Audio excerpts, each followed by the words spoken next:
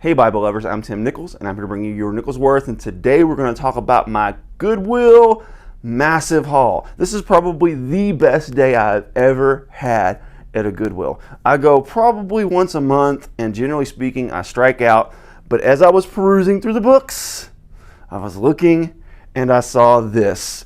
Now the only unfortunate thing about this is a 3-volume illustrated Bible set, and I only have volume 1 and 3, but this is from 1838. We'll look at those in a minute, but we're going to talk about the minor hit that I got with the Nave's Topical Bible. Now, this will be a good testament to what they call genuine bonded leather. You can just take the word genuine off. This is just bonded leather.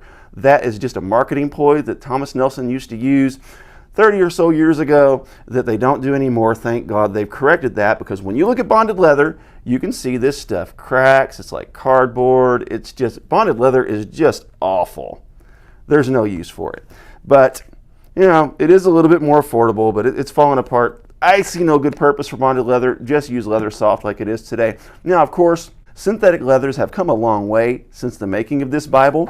But if you don't know what the Nave's Topical Bible is, it has more than 20,000 topics and subtopics, over 100,000 references to the scriptures. So basically, this is an exhaustive, this is not a Bible per se, but it does take the topics of the Bible and it gives you their verse numbers and where they appear. It's broken down in double column. So to call this a Bible may be a little confusing for some, because it's not going to be like Genesis to Revelation. It's going to be arranged topically.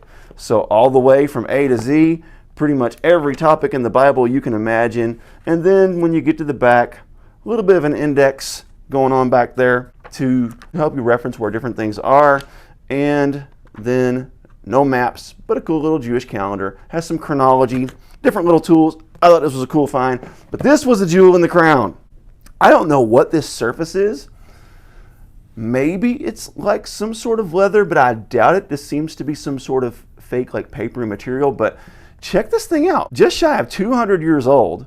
And we've got gold gilding here. We've got raised hubs on the spine with some little gilding centers. This one covers Genesis to Ruth, and this is volume 1. I don't know anything about this stuff, so I'll need some of you aficionados to help me out on this. And then volume 3 covers from Jeremiah to Revelation. So this is going to be missing like the historical portion of the Old Testament. It's really a bummer, but I paid 99 cents each for these things. I have less than $3. Well, when you give Uncle Sam his, I have a little over $3 in all 3 of these. So let's go ahead and take a look at the inside. Show you some features of this thing. First of all, look at those ribbons. They're 200 years old, and it shows. They are literally just disintegrating. So there's an idea of what your Bible ribbons will look like in 200 years. When we get to the liner, it's a paper liner, but check out that ornate work here. Just really kind of slick. And this has a name. It looks like a O Park is who this used to belong to. But then when you open it up, oh, check that out. Big, beautiful drop caps to open chapter 1. And then it's a double column that looks to be a pretty large font. Almost 200 years old. Got some notes on the bottom. It has your drop cap to open Jeremiah, big, beautiful thing. And then it has your illustrations. And these illustrations, you can actually feel them. So this is a different printing process than we're used to today.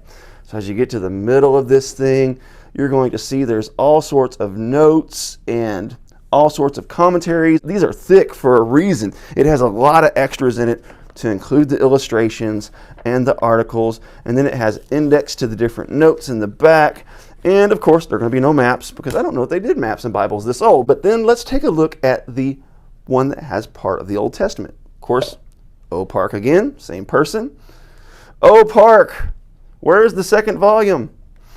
Anyhow, same deal here. Genesis, it has lots of articles and notes. It has beautiful illustrations. And to be honest, this is in pretty phenomenal condition to be a 200-year-old Bible. Check this out.